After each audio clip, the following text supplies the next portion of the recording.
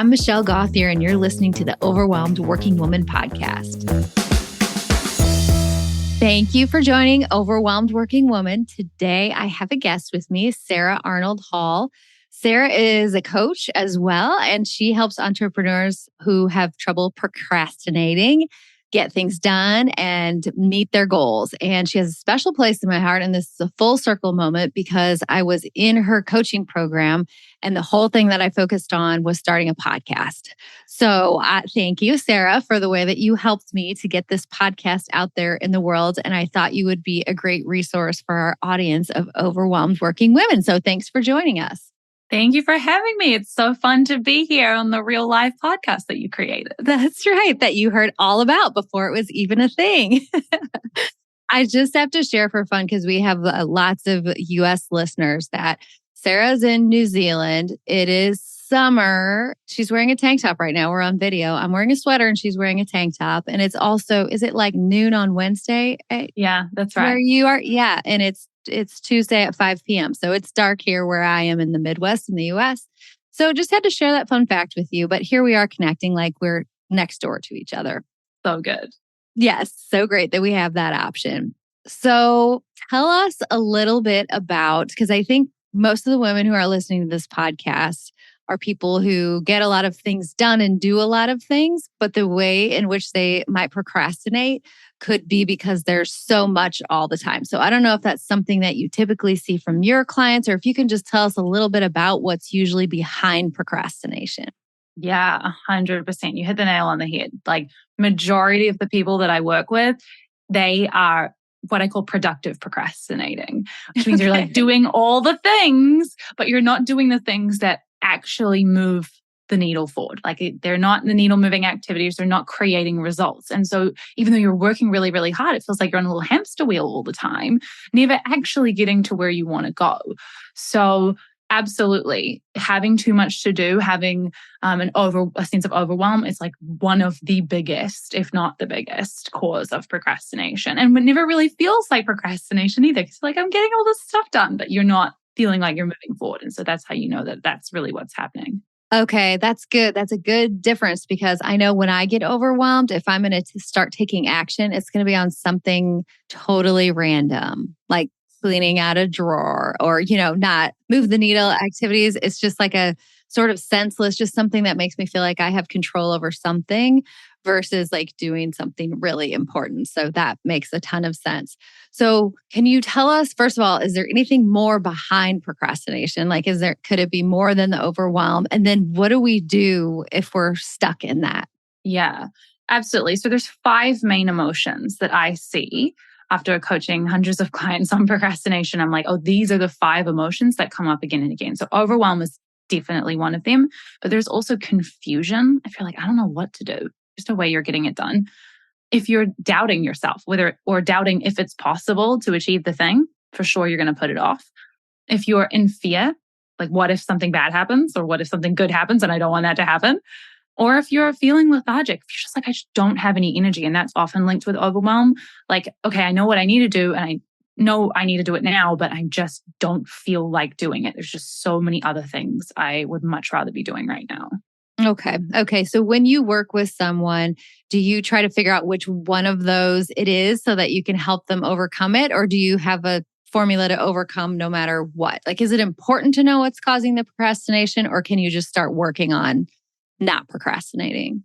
Yeah. So basically, I think everybody experiences some of all of them at different times. So I address all of them with my clients. And some days you're going to feel more confused, and some days you're going to feel more lethargic, and some days it's more overwhelmed. So I definitely have a process for helping my clients overcome all of it, because it's really the same no matter which emotion you're facing. You have to shift out of your emotions to get into a new, or shift what emotion you're feeling to start taking it. Okay. And Sarah and I used to be in a group coaching program together. I don't know, maybe 3 or 4 years ago that we were in that group coaching together. And our coach at the time would tell us that we weren't allowed to be confused. She would say, don't indulge in confusion. Don't say, I don't know. Because when you say, I don't know, it's like you're just buying yourself time, but really you probably do know a little something. So when you said confusion, I was like, that's true, because that will prevent me from working on stuff sometimes where I'm like, well, I don't know how to solve it. So I'm just going to choose something else and I'm going to, bake some cookies. 100%. Something totally random. Yeah, exactly. Exactly. Okay. So if any of those resonate, I think what I heard you say, Sarah, and I want to make sure I understood it correctly, is that if somebody's listening and they're like, okay, I feel like I mostly do this one, but you're saying they probably do all of them at some point, and that it's important to recognize your emotion, but that the solution is the same, no matter how you got to procrastinating. Mm-hmm. Yeah. Okay. So then what do they do? How do they get out of procrastination? Yeah, well, I think it's really important to know what not to do. So I think a lot of us, we try to push through those emotions using willpower. And I think Brooke Castillo, who's another coach, she talked about it like using willpower is like pushing a beach ball underwater. And you're like holding the emotion down to try to get the thing done. But eventually it's going to pop back up because you're going to get too tired to hold that ball underwater. And so we're kind of like constantly like, well, I'm overwhelmed, but I'm just going to push through and I'm going to do it. And then eventually you just like the overwhelm just comes up even more. So what we don't want to do is to just try to force our way through it. And what we want to do is really shift and change the emotion so that you actually transform it. So that emotion melts away and you go into a new emotion. And the way that you want to do that is by picking what emotion you actually want to be in. And it's usually the opposite. So if you're feeling overwhelmed, usually it's probably going to feel calm is the emotion you're looking for. Or if you're feeling lethargic, maybe it's determined. That's the emotion you want to be in, or energized.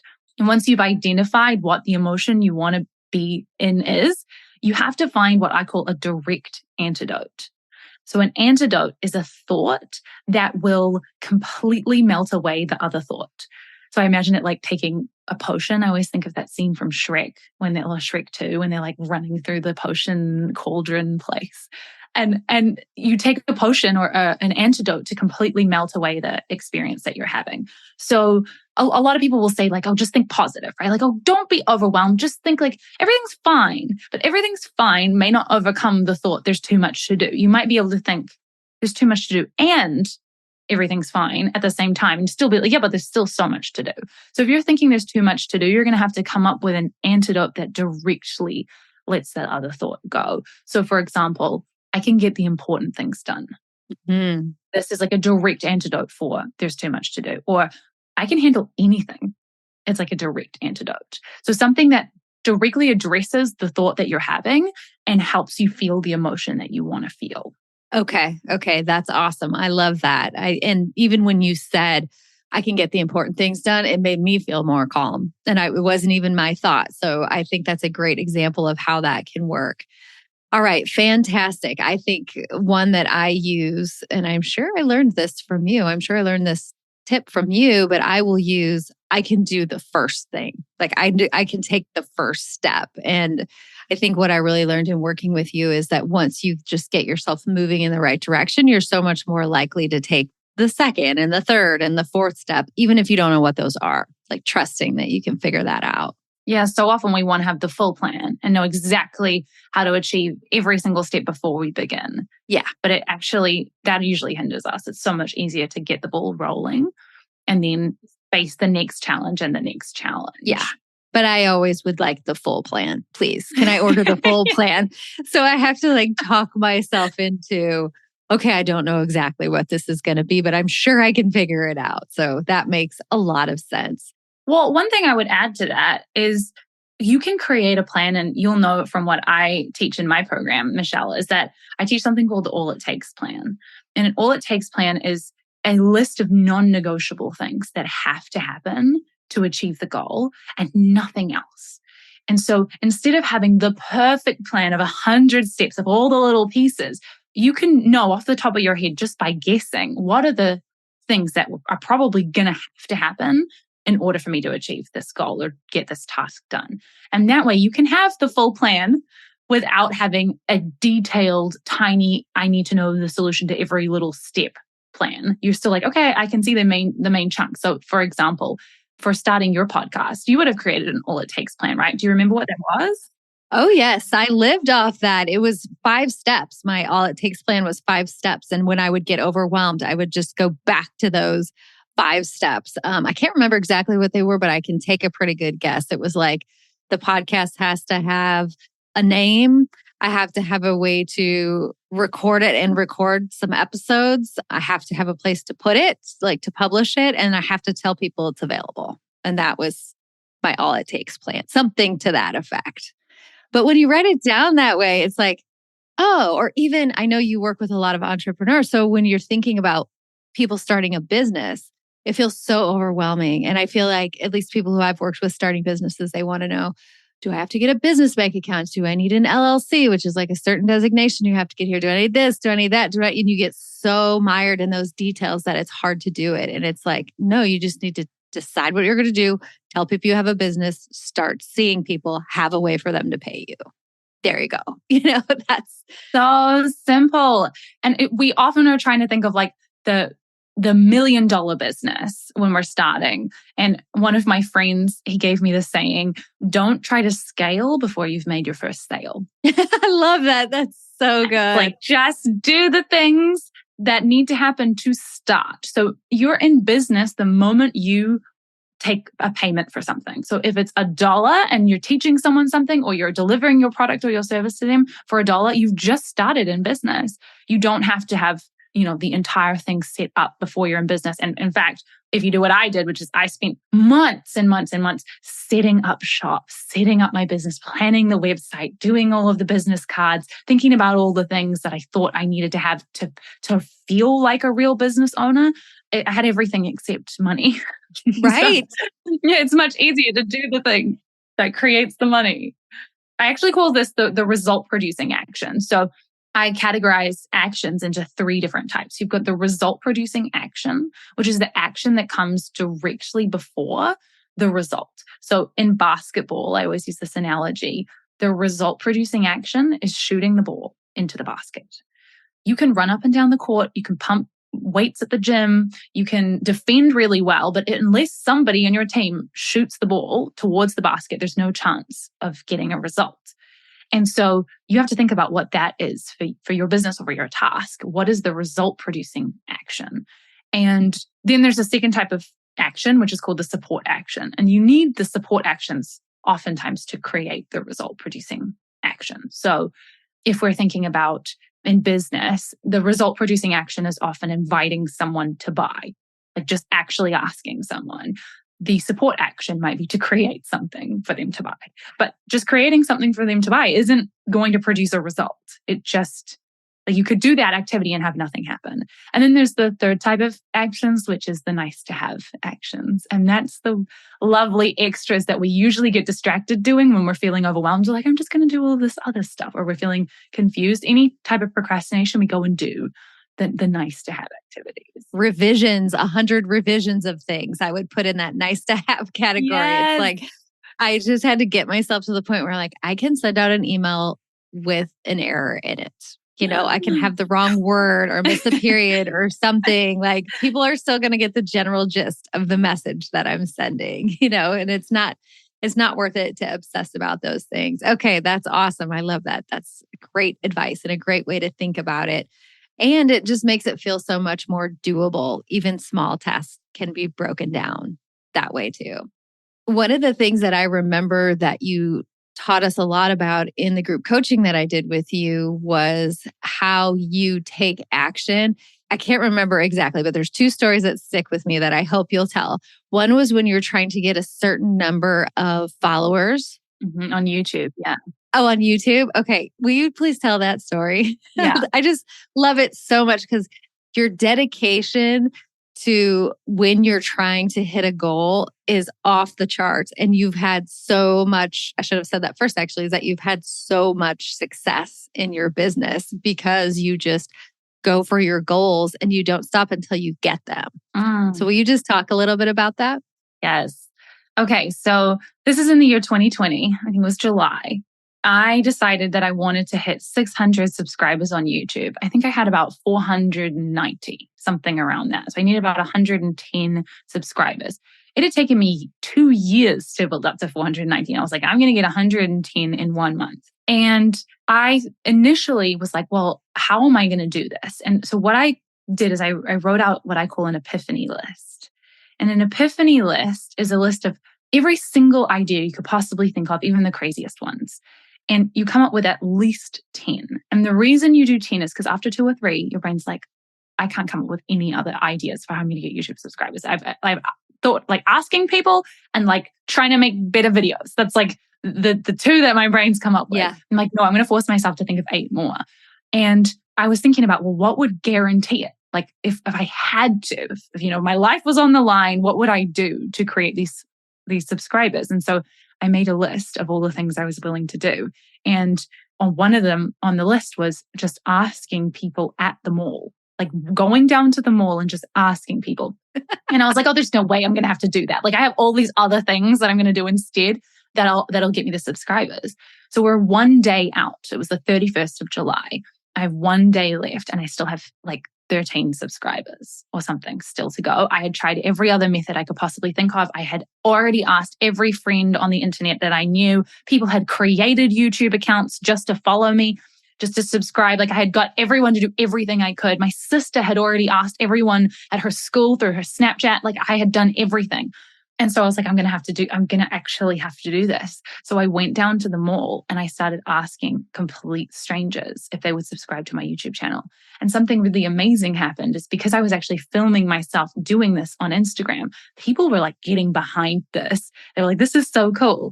And so while I got those 13 from the people that I asked, when I got back and I checked my actual subscriber count, it had gone up by like another 20 or 30 because people who were watching and engaged were like, this is so cool that she wants to do this. They were helping me. So the thinking behind this is something that I think about. I don't have kids, but I know you have kids, right, Yes, Michelle? Yes, I do. It's like this concept of picking your kids up from school. You're committed to the outcome of the kid coming home from school. You're not committed to like putting your shoes on and getting in the car and trying it out. You're committed to the outcome. And when you commit to the outcome, you start to think differently about ways that things can get done that you would never think about if you're just thinking about the process. Yeah, that's such a good point because if I went to go get in my car one day and my car wouldn't start, I wouldn't be like, oh, well, I guess I'm not going to do that today. That kids can stay at school tonight. That's fine. Yeah, exactly. I'd start texting my mom friends, or I would call my own mom and ask her if she could do it, or borrow a neighbor's car, or whatever. I would absolutely figure out a way to do that. Like the exact steps don't matter, but I would get that outcome. Yeah, that's great. And then I think the other thing you talked about was getting, maybe it was followers or something for your blog that you blogged like every day for 2 years or something like that to hit one of your goals. I did. I set out, I think back and I was like, what did I do? Why did I do that? But I'm so grateful that I did. I set out to blog every day for 2 years. I think one year would have been enough. Yeah, why 2? Why did I think I wanted to do 2? I think because it felt so impossible. And I was like, I'm going to set an impossible goal, something that just feels like there's no way. A year seemed nice. 2 years seemed, who commits to that? Why would you do that? And it helped me build the self-discipline and the self-trust to be someone who, no matter what, every single day I published a blog post. And when I say no matter what, I'm meaning when I have absolutely no ideas. I thought the hardest thing was going to be when I was sick. No. The hardest part was when you've already written 372 blog posts and you're like, I actually have nothing left in my brain to write. There's nothing. So one of my blog posts, it's 3 words long and it says, hold for more.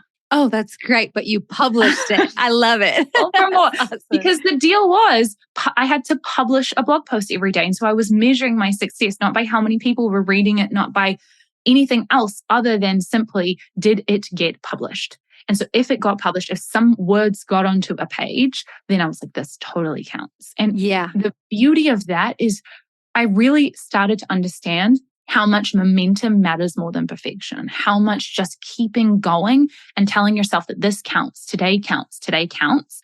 It stops you from thinking, oh, well, I haven't done it for a week, so what's the point in me doing it this week? And you kind of fall off. If you can just decide even the minimum amount counts, but you did something, then you keep that momentum. And that actually ended up becoming a little graphic that I created, and it went totally viral. It was like a little bunch of little circles saying like what we think consistency is, and that's like filling them in perfectly, like all of these circles filled in, and then what consistency actually is. And it's all of the circles filled in different amounts. Like some of them are only like half colored in, some of them are like a quarter colored in. And that went totally viral. And like, I think Ariana Huffington shared it. And I had like people from Dragon's Den, which is like the UK equivalent of Shark Tank. They shared it and it had like millions of views. And I constantly still get messages today of people putting it up in their classrooms and their therapist offices. And so doing that blogging every day, it had the hugest ripple effect on my business that I had no idea that it would when I started. Yes. And you just committed to doing it because you were committed to what? Was it starting your business? Was it getting an audience? Like, what were you committed to at that point? I was committed to doing something that was going to create an impact. I think at that point, I didn't even know where it was going to lead. What I knew was that I kept changing my mind about what I was doing. So every day, if you ask my boyfriend, he jokes about it. He's like, every day she would wake up and she would write on that whiteboard and I would create a new plan on that whiteboard. And I'd be like, the solution is funnels. The solution is this sales page. The solution is YouTube. The solution is blogging. The solution is, some random business opportunity. And every day I would change my mind about what I was going to do. And so it was really a deliberate decision that I'm like, I'm just going to do one thing. I'm going to do it until I see results. And the actual initial inspiration came from this post by a guy named Sean West. And he wrote this post that said, show up every day for 2 years. It's going to make you money. It's going to get you customers. Like, I didn't even know how. I just knew if I showed up every day, if I took his advice, I believed it. But he says something so powerful at the end of his little post that he made. He said, most people won't do this because this advice is not microwavable. Interesting. And it just hit me because I was like, that is what I've been doing. I'm looking for the microwavable version of building a business. I want the quick results. And anytime I'm not seeing a result, I think, well, that must not be the solution. I better change. And so even though blogging itself didn't directly build my business, it created so many opportunities that helped me build my business.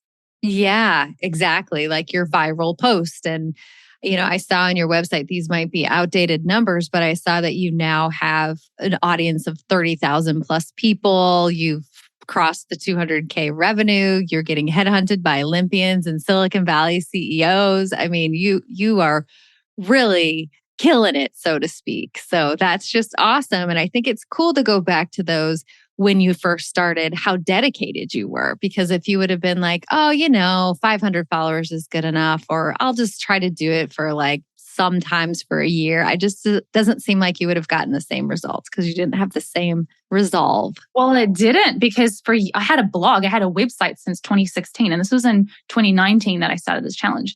I had maybe posted 10 blog posts that whole time since 2016. Like I knew it didn't work to just do it sometimes.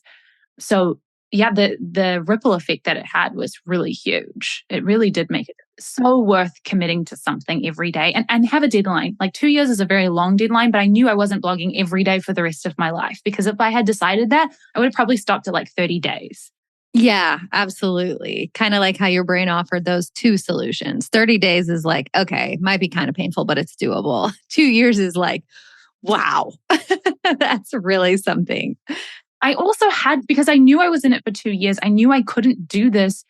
I had to make it sustainable. I had to do it in a way that I knew I could keep doing. Yeah, yes.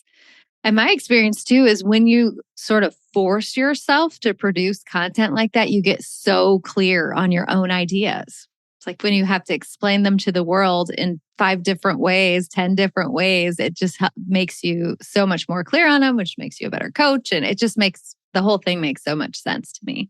Well, and it creates you results to show people too, right? Like, I think one of the reasons that I got headhunted by an Olympian was because I had this track record of results that I had created, even though they're in a different area. It's like, I'm someone who can show up and be disciplined. And that's what they were looking for, is like someone to help them be more disciplined. So like, I think it makes sense to choose something that's in your realm, like in your business or in your life, whatever area of your life you're trying to improve, like choose something that matters. If I were to go back, I probably would have maybe made a video every day for a year. I think that might have been, or potentially even more powerful, asked someone to work with me every day for a year. Like directly ask someone. I think that would have exploded my business much faster. But if you can pick something that's in your realm that you think, if I did this activity, even the smallest amount every day, the opportunities are endless of what might happen.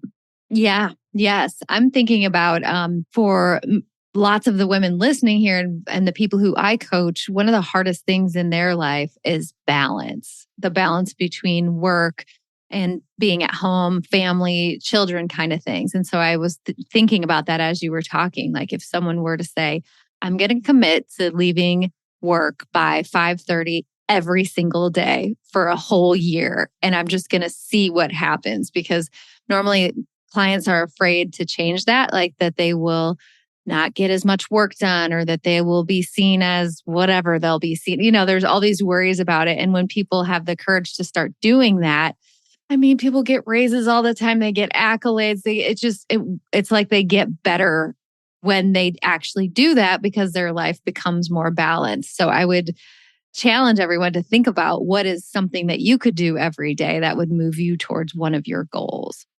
If there's just one step people could take or like one little takeaway that you would give the listeners today, what would you say? I would say from what we've spoken about, you want to pick a result producing action for you. So like leaving at 5:30 is going to produce results for you. Like directly you do that and you're going to have more time with your family. Something that you don't have to do anything else and you're going to get a result. Find what for you that thing would be, and then find a minimum version, the tiniest version of that. Like, so even on the hardest days, how can you make sure that you're still always doing that? Some days you can do more, some days you can do less, but how can you do the thing that you want to do and commit to that and put a deadline on it? Be like, I'm going to do this for 30 days, no matter what. Or I'm going to do this for 2 years if you want to, every day. Yeah. But give yourself that, because it will completely change the way that you see yourself, because you're going to build so much self-trust and your ability to say you're going to do something. If nothing else in the whole world gets done, but you leave at 5:30 every day, that's a really great way of building self-trust. Yes. Yeah, exactly. If that's your number one thing. I love that. Thank you so much for being a guest. Everything that you shared was so helpful, and I know it's going to resonate with everyone. And thank you, just personally, thank you for helping me get this podcast out into the world. I'm so glad. Yes, I love it. Such a joy. It's so fun. I love listening to your podcast. So it's very fun for me to be on. Oh, good, good. Well, thank you so much. Tell us a little bit more about where people can find you. If they've got some big goal they want to reach and they are really digging what you're saying here, or they're an Olympian and they know that you work with such people, where should they go? Yes. Yeah. You can come and find me anywhere under my name, Sarah Arnold-Hall. So that's saraharnoldhall.com. That's Sarah Arnold-Hall on every platform. And then also my podcast, you can find under Sarah Arnold-Hall as well. Okay. So all they need to know is your name, which will be everywhere on this episode. So that's perfect. Okay, good. Well, thank you so much. I really appreciate your time. Have a great day, and we'll talk soon. Yes. Thanks so much for having me, Michelle.